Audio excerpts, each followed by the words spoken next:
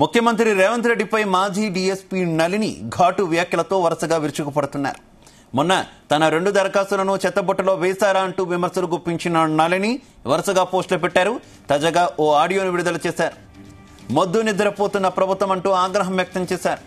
6 నెలల తర్వాత తన పోస్టులతో నిద్ర లేచిందని, ఇప్పుడు ఎంక్వైరీకి సిద్ధమైందని సెటైర్లు వేశారు.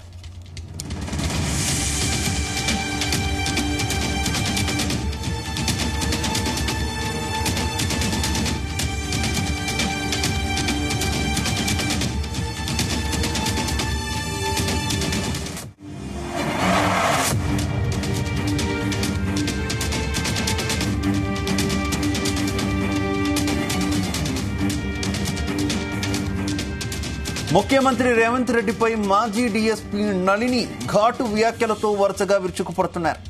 మొన్న తన 2 దరఖాస్తులను చెత్తబుట్టలో వేశారా అంటూ విమర్శలు గుప్పించిన నళిని వరుసగా పోస్టులు పెట్టారు. తాజాగా ఓ ఆడియోను కూడా ఆమె విడుదల చేశారు. మొద్దు నిద్రపోతున్న ప్రభుత్వం అంటూ ఆగ్రహం వ్యక్తం చేశారు నళిని. 6 నెలల తర్వాత తన పోస్టులతో నిద్ర లేచిందని, ఇప్పుడు ఎంక్వైరీకి సిద్ధమైందంటూ సెటైర్లు వేశారు.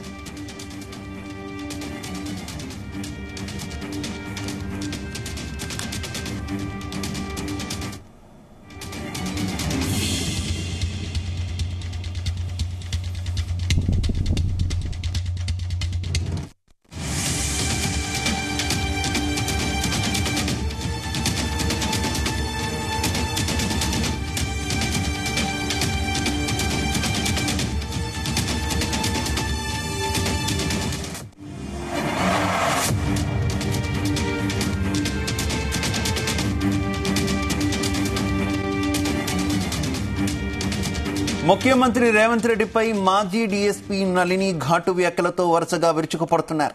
మొన్న తన 2 దరఖాస్తులను చెత్తబుట్టలో వేశారా అంటూ విమర్శలు గుప్పించిన నళిని వరుసగా పోస్టులు పెట్టారు. తాజాగా ఓ ఆడియోను కూడా విడుదల చేశారు. మొద్దు నిద్రపోతున్న ప్రభుత్వం అంటూ ఆగ్రహం వ్యక్తం చేశారు నళిని. 6 నెలల తర్వాత తన పోస్టులతో నిద్ర లేచిందంటూ, ఇప్పుడు ఎంక్వైరీకి సిద్ధమైందంటూ సెటైర్లు వేశారు.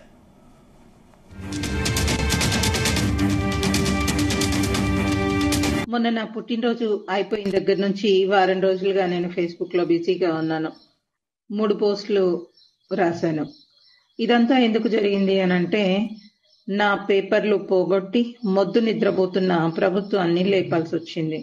ఎవరైనా పడుకుంటే చిన్నగా పిలిచి లేపుతారు, లేకపోతే మెల్లగా తట్టి లేపుతారు, లేదు అనంటే ఒక్కటి ఇస్తారు, ఇంకా లేవకపోతే ముఖం మీద చల్లటి నీళ్ళు చల్లుతారు, ఇంకా అప్పటికీ లేవకపోతే చెద్దర పట్టు పీకి కింద పడేలా చేస్తారు. అయితే మరి నేను ఇన్ని పద్ధతుల్లో ఏ పద్ధతిలో వారిని లేపానో తెలీదు, కానీ ఇప్పుడు ప్రస్తుతానికైతే నేను మళ్ళీ పంపించిన పేపర్లు పట్టుకొని వాళ్ళు ఎంక్వైరీ చేస్తున్నారు. ఇంకా నా పని అయిపోయింది. నేను ఇంకా వేదము సంస్కృతము చదువుకుంటూ నేను తపస్సు చేసుకోవాలనుకుంటున్నాను.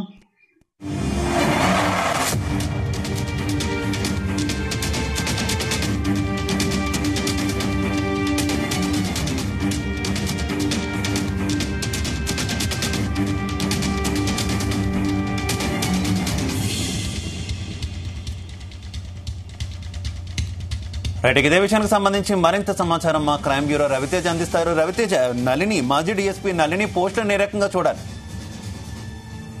మాజీ డీఎస్పీ నళిని గత బీఆర్ఎస్ ప్రభుత్వం 10 ఏళ్లుగా అధికారంలో ఉన్నప్పుడు అనేక సార్లు ఫిర్యాదు అందించినప్పటికీ కనీసం బాధ్యతగా గత కేసీఆర్ ప్రభుత్వం ఎప్పుడు కూడా నళిని ఫైల్ ని పరిశీలించడం గానీ, నళినికి ఈ ఉద్యోగం కల్పించాలంటూ కూడా ఎప్పుడు కూడా దానిపై కనీసం ఆలోచన చేయనటువంటి పరిస్థితి.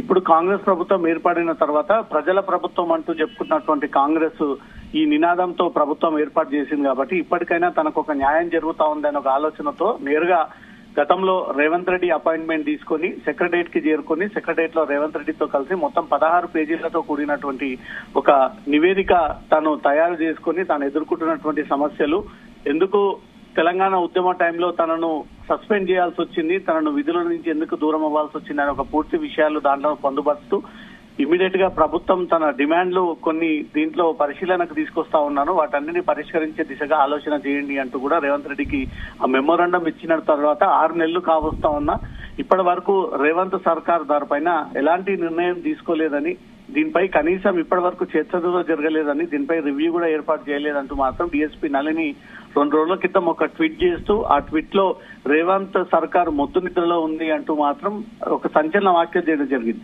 రిలీజ్ చేయడం జరిగింది. ఆ ఆడియోలో నేను 2వ సారి ఫిర్యాదు అందజేసిన స్పందించినటువంటి రేవంత్ సర్కార్, నేను మొన్న ట్వీట్ చేసినటువంటి వెంటనే వివిధ టీవీలలో వివిధ పత్రికల్లో తనకు జరిగినటువంటి అన్యాయంపై మెయిన్ మీడియాలో వార్తలు రావడము, పేపర్లలో దీని హెడ్లైన్ కిందకి వచ్చినటువంటి వెంటనే ఎంక్వైరీ చేస్తున్నామంటూ కూడా నళినికి తిరిగి సీఎంఓ కార్యాలయం నుంచి కూడా ఆ సమాచారం అందజేస్తున్నారు. ఈ ఎంక్వైరీ ఈ రకంగానే కొనసాగాలి.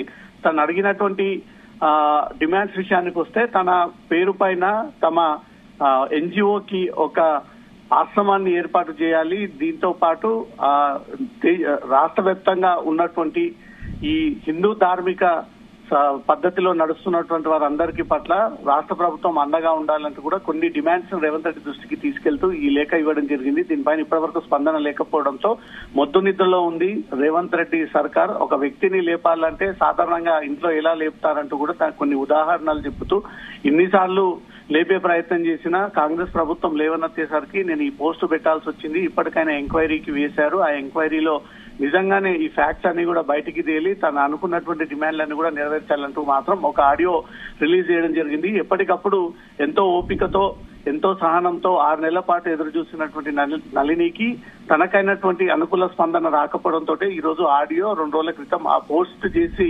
ప్రభుత్వాన్ని నిద్రలేపుతా ఉన్నానంటూ కూడా ఈ చేసినటువంటి ఈ ట్వీట్ అంతా కూడా ఇప్పుడు సంచలనానికి దారితీస్తా ఉంది. శివ, అయితే రవితేజ, నళిని పట్ల తొలుత రేవంత్ రెడ్డి కూడా ఆమెకు కొంత న్యాయం చేయాలని చూశారు. ఆమె కోరకుండానే ఏకంగా స్వయంగా ఆయనే కొంత ఇనిషియేట్ తీసుకుని ముందుకు వచ్చినటువంటి పరిస్థితి. కానీ కలిసిన తర్వాత ఆమె ఒక మెమోరాండం ఇచ్చిన తర్వాత ఆ తర్వాత అంత పట్టించుకోలేదు అనేటటువంటి విమర్శలు స్వయంగా నళినియే చేస్తున్నారు కదా. ఎందుకు, ఏం జరిగింది అనుకోవాలి?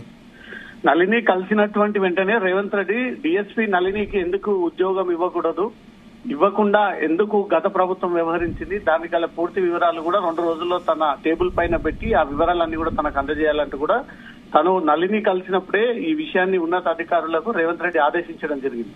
కేవలం అది మాట మరకే పరిమితమైంది తప్ప నిజంగానే ఆ రకంగా అధికారులు వ్యవహరించలేదు అనేది మాత్రం తను నళిని చేస్తున్నటువంటి స్టేట్మెంట్.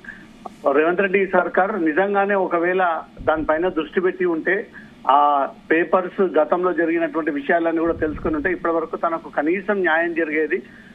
100%లో 1% అయినా తనకు ఒక న్యాయం జరిగేది అనేది మాత్రం నళిని చెప్తా ఉంది.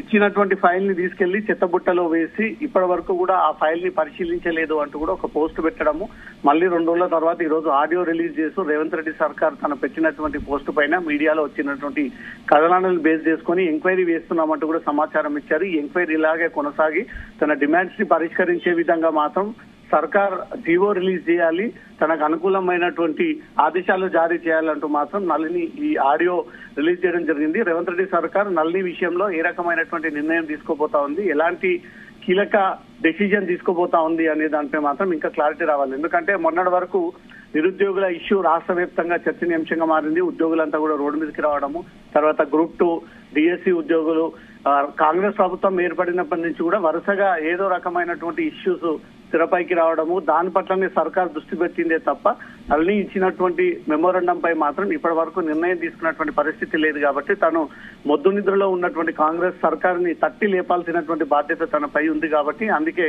తట్టి లేపాను, ఇప్పటికైనా ఆ ఎంక్వైరీని కొనసాగించి తనకు న్యాయం చేయాలంటూ మాత్రం డిమాండ్ చేస్తూ ఈ ఆడియో రిలీజ్ చేయడం జరిగింది. Shiva, okay, thank you.